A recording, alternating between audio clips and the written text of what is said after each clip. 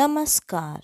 मैं स्नेहा, आपकी होस्ट, एक बार फिर से आपका स्वागत करती हूँ आपके अपने चैनल डर का घर में। जो मैं कहानी आपके लिए लेकर आई हूँ, ये कहानी है सनी और उसके दादाजी की। सनी के माता पिता की मौत काफ़ी सालों पहले ही हो गई थी, जब सनी काफ़ी छोटा था और वो अब अपने दादाजी के साथ रहा करता था।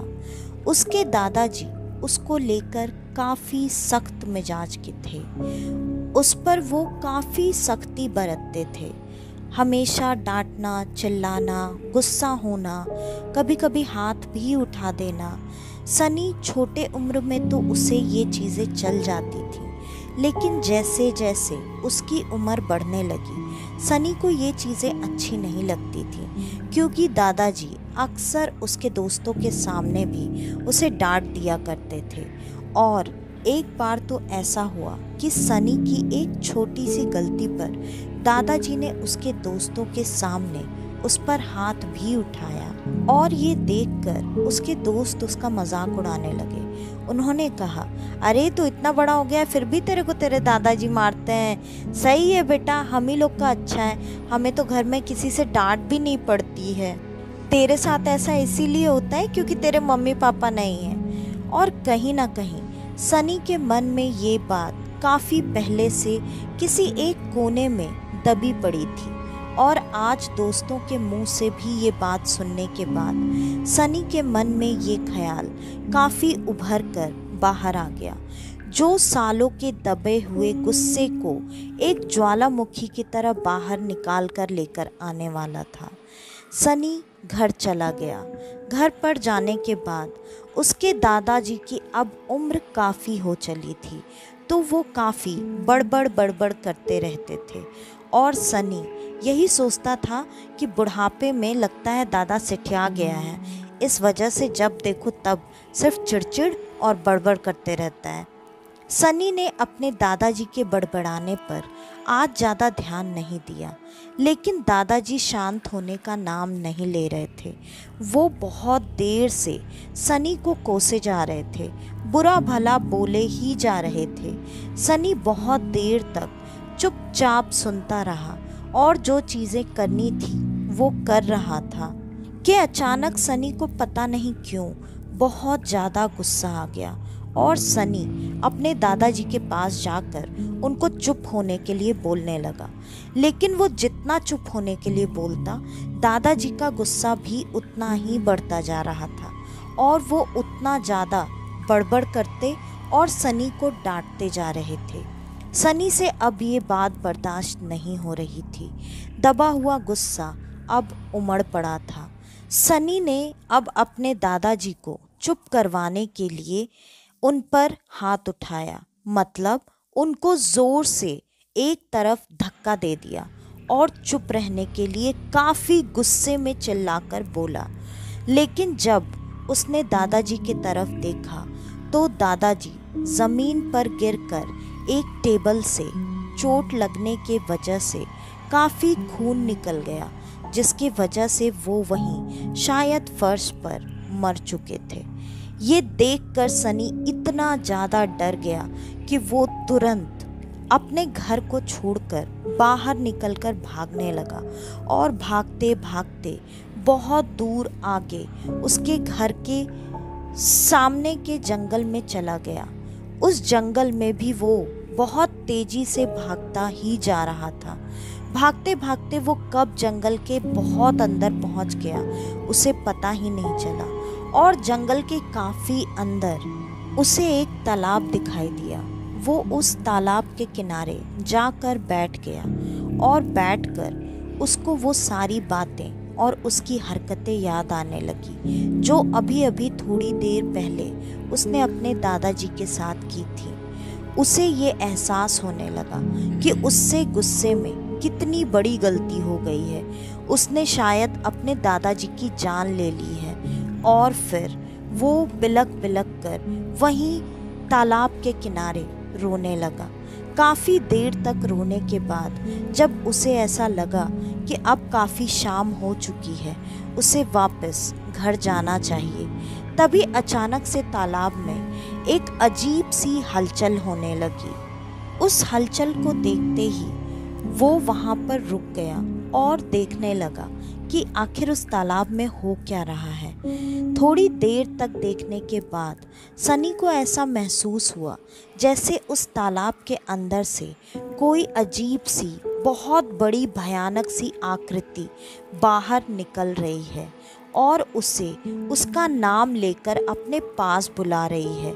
सनी वहाँ पर सम्मोहित सा होकर थोड़ी देर तक रुककर उसे ही देखता रहा और जब वो आकृति पूरी तरह से सनी के सामने आ गई, उसे देखकर सनी डर गया और डरने के बाद वहीं पर बेहोश हो गया। और जब सुबह उसकी नींद खुली या उसे होश आया तो उसने देखा वहाँ पर ऐसा कुछ भी नहीं था, सब कुछ बिल्कुल शांत था और उसे लगा ये सब शायद उसका वहम था। वो बहुत ज़्यादा परेशान था, डरा हुआ था, इस वजह से उसे ऐसा कुछ दिखाई दिया होगा। ऐसा कुछ तो यहाँ पे अभी देखकर लग नहीं रहा है। और सनी वापस अपने घर जाने के लिए चल पड़ा। सनी जब अपने घर पर पहुँचा तो उसने देखा कि पड़ोसियों ने उसके दादाजी को उठाकर हॉस्पिटल ले जाकर मरहम पट्टी करवा दी थी। उसके दादाजी पट्टी लगाकर वहीं सामने सोफे पर बैठे हुए थे और उन्होंने सनी को देखकर एक शब्द भी नहीं बोला और सनी चुपचाप सर झुकाए हुए अंदर अपने कमरे में चला गया। सनी की इस हरकत के बाद उसके दादाजी उससे गुस्सा तो थे और उसको काफ़ी कुछ बोलना भी चाहते थे, लेकिन कहीं ना कहीं सनी का ऐसा उमड़ा हुआ गुस्सा देखकर दादाजी भी थोड़ी देर के लिए डर चुके थे और उन्हें ये बात अच्छे से पता थी कि सनी अभी उनसे ज़्यादा ताकतवर है।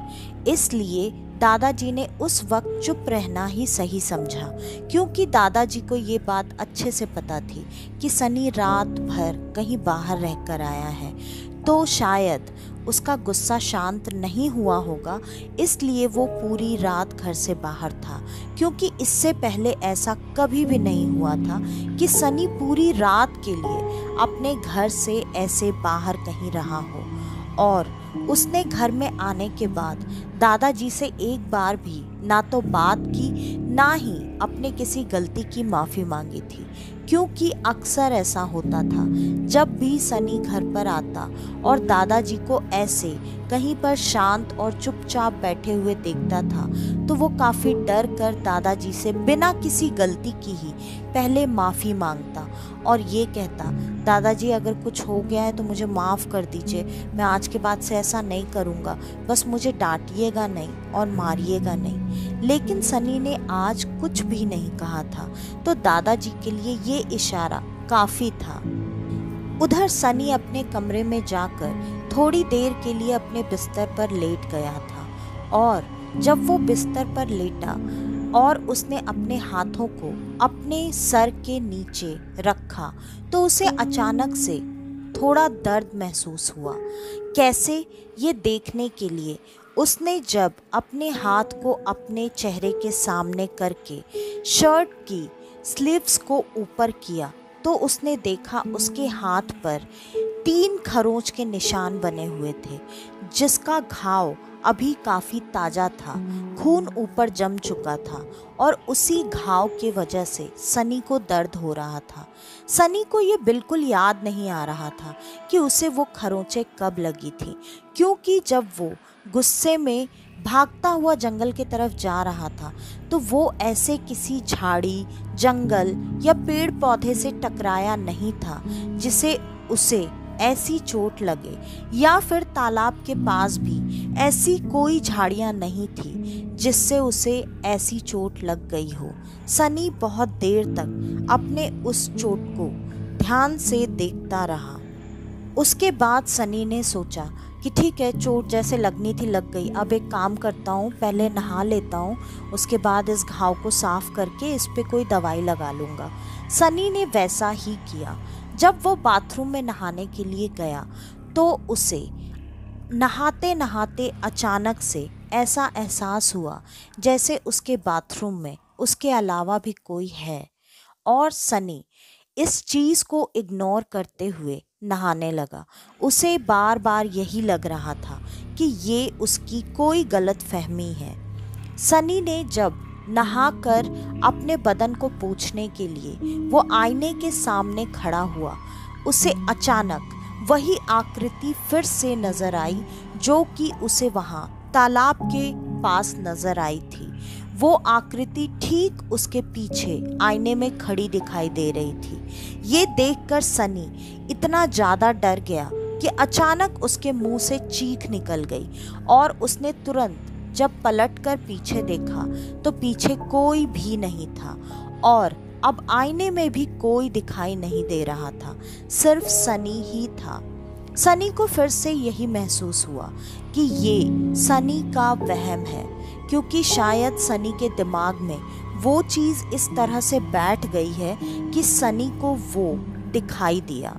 सनी अब बाथरूम से बाहर आ चुका था और अब उसने अपने घाव को साफ करके उस पे मलहम लगाने की कोशिश करना शुरू किया। जब वो मलहम लगा रहा था तो बार बार उसके घाव से पानी निकल रहा था, और पानी निकलने के वजह से वो अपने घाव पर मलहम नहीं लगा पा रहा था, क्योंकि उस पानी के वजह से वो मलहम उसके घाव से हट जा रहा था। फिर सनी ने 3-4 बार कोशिश करके जब वो थक गया तब उसने वो मलहम एक कॉटन के टुकड़े पर लगाकर अपने घाव के ऊपर रख दिया। लेकिन थोड़ी देर बाद वो कॉटन का टुकड़ा भी उसके घाव से निकल रहे पानी की वजह से फिसल कर उसके बिस्तर पर गिर गया, और उसने थक कर वो कॉटन भी उठाकर डस्टबिन में डाल दिया। उसने सोचा, जाने दो, अब इसका कुछ कर नहीं सकते, और इतने छोटे से ज़ख्म के लिए मैं डॉक्टर के पास तो जाऊंगा नहीं, क्योंकि दादाजी वैसे भी मुझसे बहुत गुस्सा होंगे, तो वो मुझे पैसे तो देने से रहे। और यही सोचता हुआ अब उसे एहसास हो रहा था कि उसने कल से कुछ नहीं खाया है, तो अब उसे बहुत ज़ोरों की भूख लगी हुई है। उसने सोचा, नीचे जाकर देखता हूँ, अगर दादू ने कुछ बनाया होगा तो खा लूँगा, और अगर नहीं बनाया होगा तो मैं खुद बना लूँगा मेरे और उनके दोनों के लिए। जब वो नीचे गया तो दादाजी ने पहले से ही खाना बना कर रखा हुआ था। उसने तुरंत अपने लिए खाना थाली में निकाला और चुपचाप अपने कमरे में आकर बैठकर खाने लगा। खाना खाकर जब वो नीचे अपनी प्लेट रखने के लिए आया तो दादाजी से अब गुस्सा बर्दाश्त नहीं हो रहा था। उन्होंने ना चाहते हुए भी सनी को फिर से बुरी बुरी बातें बोलना शुरू कर दिया। उन्होंने कहा, बेशरम है तू एक नंबर का, तुझे कोई फ़र्क नहीं पड़ता है। कल तेरी वजह से मैं मरते मरते बचा, और यहाँ मुझे आकर सॉरी बोलने के बजाय अपने कमरे में जाकर नहा रहा है, वहाँ बैठकर खाना खा रहा है, और खाना वो भी जो मैंने बनाया है। हद होती है तेरी बेशर्मी की। तू एक नंबर का बेशरम है। मैं तेरे लिए बिल्कुल सही कहता हूँ कि तू लातों का भूत है जो बातों से कभी नहीं मानता। ये सारी बातें सुनकर अब फिर से सनी को गुस्सा आ रहा था।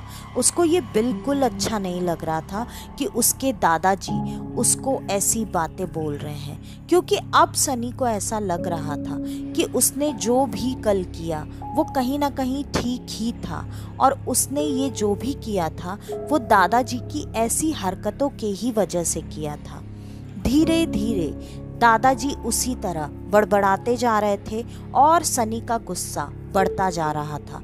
सनी कुछ बोल नहीं रहा था, बस वो दादाजी के सामने खड़े होकर दादाजी को घूरे जा रहा था, और सनी की आंखें अब गुस्से में लाल हो चुकी थी। थोड़ी ही देर में एक अजीब सी बात हुई। दादाजी और सनी उस वक्त दोनों एक जगह एक ही हॉल में खड़े थे, और अचानक से दादाजी के तरफ कुछ पानी की बूंदें, बहुत तेज तेज और काफ़ी बड़ी बड़ी बूंदें उड़कर आने लगी, जो कि दादाजी को इतनी ज़ोर से लग रही थी कि उससे उनको चोटें महसूस हो रही थी। धीरे धीरे वो बूंदें बढ़ती गईं और अचानक से हॉल के एक हिस्से में जहाँ पर दादाजी खड़े थे वहाँ पर छत से अचानक से लगा जैसे बारिश होने लगी। ये कैसे हो रहा था? दादाजी को भी कुछ भी समझ में नहीं आ रहा था। दादाजी अब बिल्कुल चुप हो चुके थे और सनी वहाँ पर वैसे ही गुस्से में खड़े होकर उनको घूरे जा रहा था। धीरे धीरे वो जो बूंदें दादाजी पर गिर रही थीं, जिनसे उन्हें चोटें लग रही थीं, उन बूंदों का आकार बढ़ता जा रहा था और वो बूंदें धीरे धीरे अब दादाजी के सर के उस हिस्से पर भी लगने लगी जहाँ पर उन्हें कल चोट लगी थी और वो बूंदों से उन्हें बहुत ज़्यादा दर्द महसूस हो रहा था। दादाजी दर्द से अब चिल्लाने और छटपटाने लगे। उनको पता नहीं क्यों ऐसा लग रहा था कि ये सारी चीज़ें सनी ही कर रहा है। फिर वो सनी से दया की भीख मांगने लगे और सनी के सामने बोलने लगे, सनी बेटा बस कर, ये क्या कर रहा है तू? कैसे कर रहा है? मुझे दर्द हो रहा है, बस कर, चुप हो जा। लेकिन सनी पर कोई असर नहीं हो रहा था। सनी को ये देखकर काफ़ी अच्छा महसूस हो रहा था। उसे खुशी मिल रही थी अब अपने दादा को ऐसे तकलीफ और दर्द में देखकर। और सनी उन बूंदों का आकार जैसे खुद से और बड़ा करता जा रहा था। जब दादाजी उन बूंदों के चोट से और दर्द से चिल्लाते गिड़गिड़ाते थोड़ी देर में बेहोश होकर फर्श पर गिर गए, तब जाकर सनी की वो लाल आंखें नॉर्मल हुई और उसका गुस्सा कम हो गया। जैसे ही उसका गुस्सा कम हुआ, वहाँ से सारा का सारा पानी, बारिश, सब कुछ अचानक से गायब हो गया। बिल्कुल वैसे जैसे कि ये सारा पानी, बारिश सिर्फ और सिर्फ सनी के गुस्से का एक तरीका था। और सनी को भी इस बात से काफ़ी आश्चर्य हो रहा था। अब जब उसका दिमाग शांत हुआ तो सनी ये सोच रहा था कि अचानक ये क्या हुआ और सनी इस तरीके से अगर कर रहा था तो ये कैसे पॉसिबल है। इससे पहले तो ऐसा कभी नहीं हुआ कि सनी को गुस्सा आया हो और ऐसी कोई चीज़ हुई हो। लेकिन जब सनी को शांत होने के बाद इन चीज़ों का एहसास होने लगा, उसके साथ उसे एक एहसास और होने लगा। उसके हाथ में जहाँ पर वो 3 खरोंचें लगी थीं, उसके थोड़ा और ऊपर उसे काफ़ी तेज दर्द का भी एहसास हो रहा था। जब उसने अपने शर्ट की स्लीव्स को ऊपर और ऊपर करके देखा तो उसके पूरे हाथ पर वही खरोंच के निशान और ज़्यादा बढ़ चुके थे और उसी के वजह से उसे इतना दर्द हो रहा था। सनी को ये बात बिल्कुल समझ में नहीं आ रही थी कि ये उसके साथ क्या हो रहा है और सनी चुपचाप अपने दादा को वैसे ही ज़मीन पर गिरा हुआ छोड़कर अपने कमरे में पहुंच गया। वहां वो बार बार अपनी चोट को देखकर ये याद करने की कोशिश कर रहा था कि ये चीज़ें उसके साथ कैसे हो रही हैं, लेकिन सनी को कुछ भी समझ में नहीं आ रहा था। फिर सनी ने किसी को आवाज़ देते हुए कहा, कौन हो तुम? कोई हो क्या यहाँ पे? और तुम ही ये सब कर रहे हो ना? मुझे ये चोटें देना, दादाजी पर ऐसे बारिश करवाना। लेकिन थोड़ी देर तक कोई आवाज़ नहीं आई। लेकिन सनी अब इस बात को हर हाल में जानना चाहता था, इसलिए वो ऐसे ही चुप नहीं हुआ। वो बार बार उस शक्ति को बुलाने की कोशिश करने लगा जो शायद उसके साथ थी या उसने कल तालाब के पास देखी थी। थोड़ी देर तक सनी के ऐसे ही बार बार आवाज़ देने के बाद सनी को एक आवाज़ सुनाई देने लगी, जो आवाज़ उससे कह रही थी कि हाँ, मैं यहीं हूँ और मैं तेरे ही साथ रहूँगा, क्योंकि तू मेरी जगह पर आया था, मैं तेरी जगह पर नहीं। और ये मैं तेरे लिए नहीं कर रहा, मैं तेरे ही साथ हूँ। तो तुझे अगर कोई भी गुस्सा दिलाएगा तो उसे ऐसी ही चीज़ें सहनी पड़ेंगी। और ये आवाज़ अब पूरी तरह शांत हो चुकी थी। कमरे में फिर से वही गहरा सन्नाटा पसर चुका था। और अब सनी को ये बात धीरे धीरे समझ में आने लगी कि कल जो उसने चीज़ देखी थी वो उसका वहम नहीं थी, वो कोई शक्ति थी, बुरी शक्ति, ऐसी शक्ति जो कि वहाँ से उसके साथ उसके घर तक आ गई है। लेकिन सनी को ये ताकत थोड़े वक्त के लिए बहुत अच्छी लग रही थी, क्योंकि इससे पहले सनी एक बेचारा बेबस मासूम सा लड़का था जिसको जो चाहे कुछ भी चाहे सुनाकर उस पर हंसकर चला जाता था और सनी कुछ नहीं कर पाता था।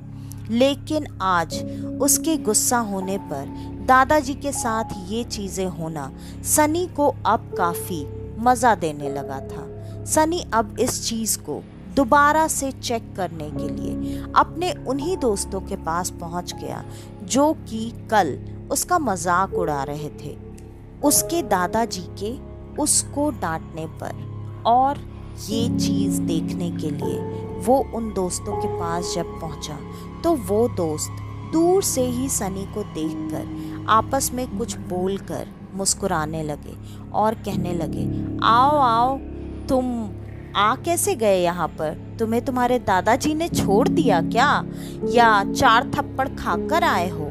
और भी काफ़ी सारी गंदी बातें जो शायद उनको उस वक्त सनी के साथ बिल्कुल नहीं करनी चाहिए थी। लेकिन ये बात किसी को भी पता कहाँ थी कि सनी अब वो आम सनी नहीं रह गया है। और उनके ऐसा काफ़ी सारी बातें बोलने पर धीरे धीरे सनी को गुस्सा फिर से आने लगा। सनी की आंखें फिर से वैसे ही लाल अंगारों की तरह हो चुकी थी और वो अपने दोस्तों को वैसे ही खड़े होकर गुस्से से घूरता जा रहा था। थोड़ी देर बाद दोस्तों पर भी वैसे ही बूंदों की बारिश शुरू हो चुकी थी जिससे उन दोस्तों को चोट लग रही थी।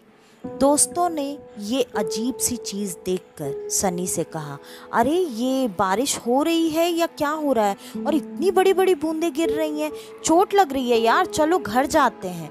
लेकिन सनी के चाहने पर उसके वो दोस्त वहाँ से हिल भी नहीं पा रहे थे।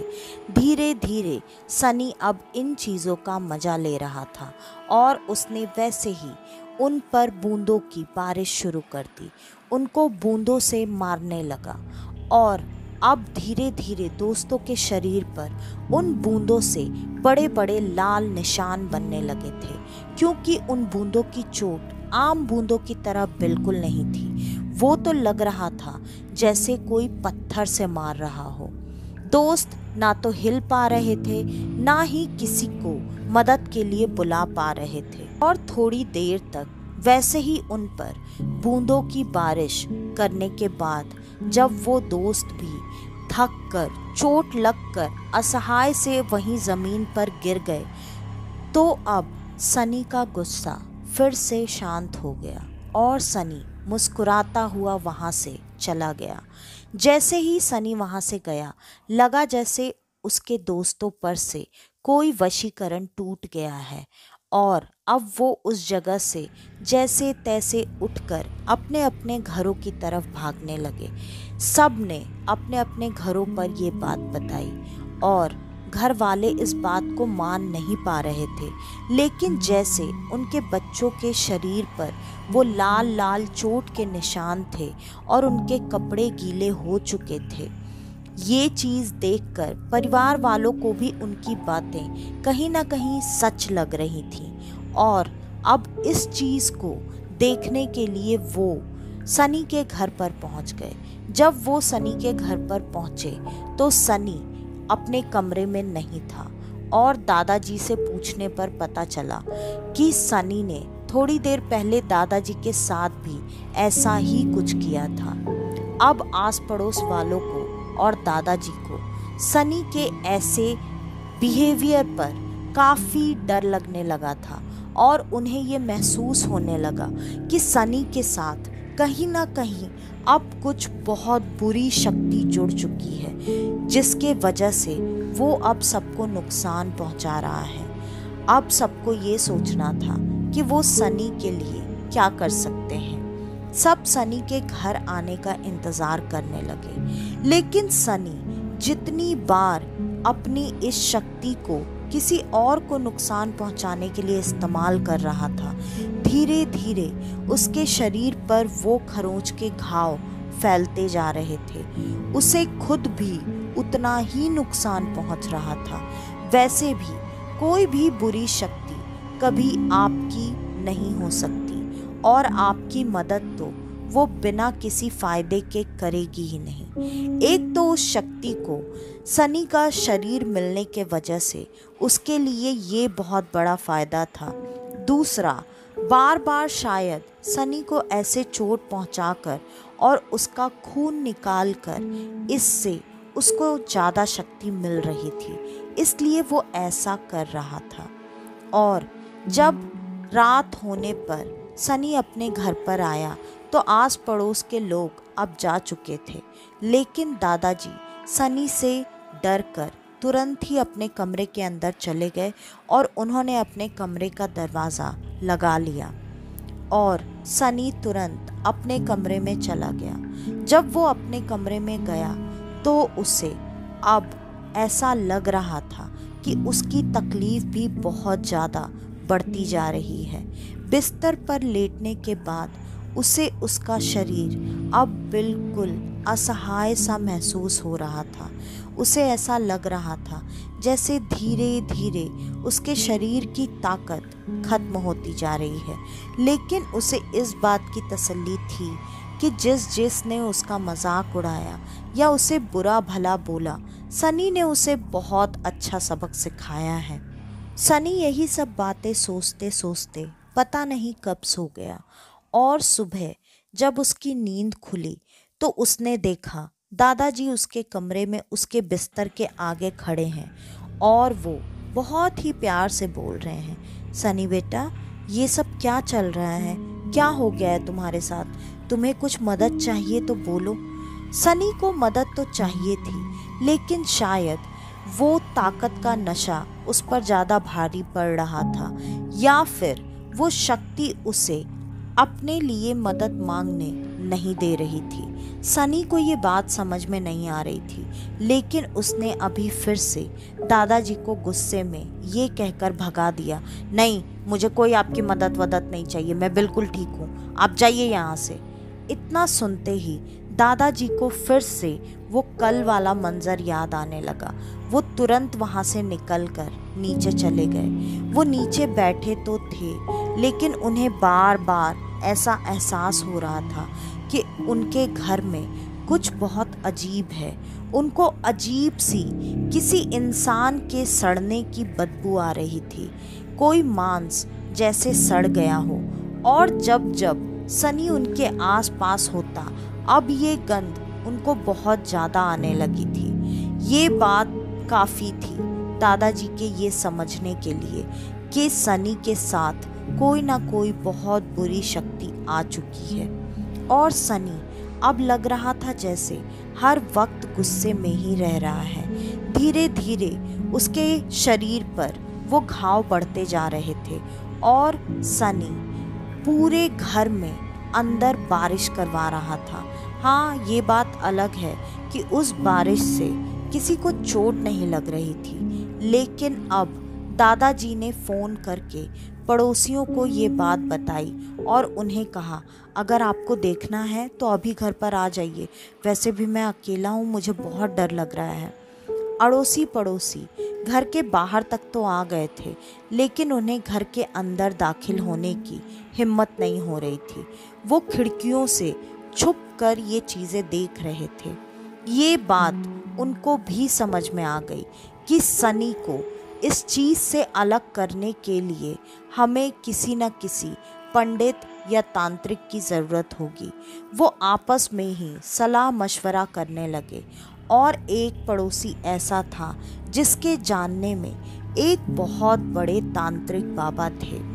उसने कहा, मैं उन बाबा से मदद मांग सकता हूँ और वो हमारी मदद के लिए यहाँ आ भी जाएंगे।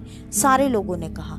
फिर तुरंत उनको बुलाइए। वैसे भी इस सनी का ऐसे खुला घूमना बिल्कुल सही नहीं है हमारे और हमारे बच्चों के लिए। ठीक है, वो अपने घर पर जो भी कर रहा है, लेकिन वो बाहर निकलकर भी यही चीज़ें कर रहा है। और उस आदमी ने तुरंत अपने जानने वाले बाबा को फ़ोन करके बुला लिया। 2 घंटे बाद वो बाबा जी वहाँ सनी के घर के बाहर खड़े थे। उन्हें घर के बाहर से ही ये पता चल गया कि वहाँ पर जो शक्ति है वो बहुत शक्तिशाली है, और उन्हें ये भी समझ में आ गया कि वो कोई आम प्रेत नहीं, जल बेताल है। इस वजह से वो अपने पानी की शक्ति इस्तेमाल करके सबको नुकसान पहुंचा रहा है। वो घर के अंदर दाखिल होने लगे और उन्हें भी वैसे ही सड़े हुए मांस की बदबू आने लगी। घर में अब उस सड़े हुए मांस की बदबू चारों तरफ इतनी ज़्यादा फैल चुकी थी, जिसके वजह से सबको सांस लेने में भी तकलीफ होने लगी। दादाजी भी ढंग से सांस नहीं ले पा रहे थे। जब वो तांत्रिक बाबा घर में आए, तब उन्होंने उस शक्ति को अपने सामने आने के लिए मजबूर किया। ऊपर से सनी नीचे आ गया, और जब वो नीचे आया तो उसकी हालत बहुत बुरी थी। सनी का आधे से ज़्यादा शरीर अब उस घाव से भर चुका था, और सनी के वहाँ नीचे आते ही सांस लेना तो जैसे अब नामुमकिन हो रहा था। तांत्रिक बाबा ने दादाजी को घर के बाहर निकलने के लिए कह दिया, और उन्होंने अपनी क्रियाविधि शुरू की। जैसे जैसे वो क्रियाविधि करते जा रहे थे, वैसे वैसे सनी का रूप उतना ही उग्र होता चला जा रहा था। वो तांत्रिक बाबा को भी हर मुमकिन तरीके से नुकसान पहुंचाकर, डराकर, धमकाकर वहां से भगाने की कोशिश में लगा हुआ था। लेकिन वो तांत्रिक बाबा भी कोई आम तांत्रिक नहीं थे। उन्होंने ना जाने कितनी सिद्धियां प्राप्त की हुई थी, इसलिए उनके लिए इस जल बेताल को हराना कोई बड़ी बात नहीं थी। हाँ, वक्त थोड़ा लगना तो था ही।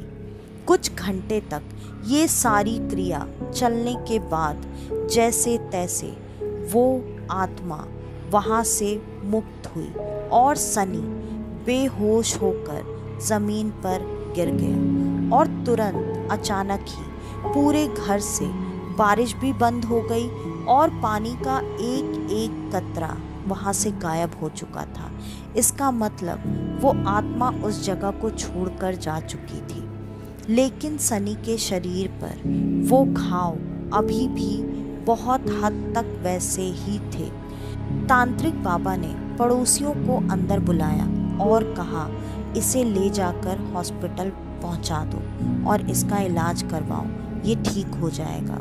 तांत्रिक बाबा ने सनी के हाथ पर एक तावीज बांध दिया था और कहा, ध्यान रहे कम से कम 11 दिन तक ये तावीज किसी भी हालत में इस बच्चे के हाथ से अलग नहीं होना चाहिए, वरना वो शक्ति शायद दोबारा इसके ऊपर हावी हो सकती है, क्योंकि उसने इसका शरीर पूरी तरह से अपने कब्जे में ले लिया था, और शायद वो 1 या 2 दिन में इसे यहाँ से अपने साथ लेकर चला जाता। पड़ोसियों ने वैसा ही किया और तांत्रिक बाबा वहाँ से चले गए। आज सनी बिल्कुल ठीक है और उसकी ज़िंदगी में भी सब कुछ ठीक है। आज की ये कहानी यहीं पर ख़त्म होती है। आपको हमारी आज की ये कहानी कैसी लगी हमें कमेंट करके ज़रूर बताइएगा। और अगर आपको हमारी आज की ये कहानी पसंद आई है और आप इस चैनल पर पहली बार आए हैं, तो हमारे इस चैनल को लाइक, शेयर और सब्सक्राइब करना बिल्कुल न भूलें। और अपने फीडबैक के साथ आपके शहर का नाम और आपका नाम मुझे ज़रूर बताएं, जिससे मुझे पता चले कि आप अपना प्यार और सपोर्ट मुझे कौन सी जगह से दे रहे हैं। आपके पास अगर आपकी ऐसी कोई कहानी हो तो डिस्क्रिप्शन में दिए ईमेल आईडी या इंस्टा आईडी पर आप हमें आपकी वो कहानी भेज सकते हैं और चाहे तो हमें इंस्टा पर फॉलो भी कर सकते हैं। आज के लिए बस इतना ही। मैं स्नेहा, आपकी होस्ट, आज के लिए लेती हूँ अलविदा। कल वापस से आप सबसे मिलने आऊँगी और आप सबको लेकर जाऊँगी कुछ जाने अनजाने किस्से कहानियों के सफ़र पर, आपका अपना डर का घर में। तो कल तक के लिए नमस्कार।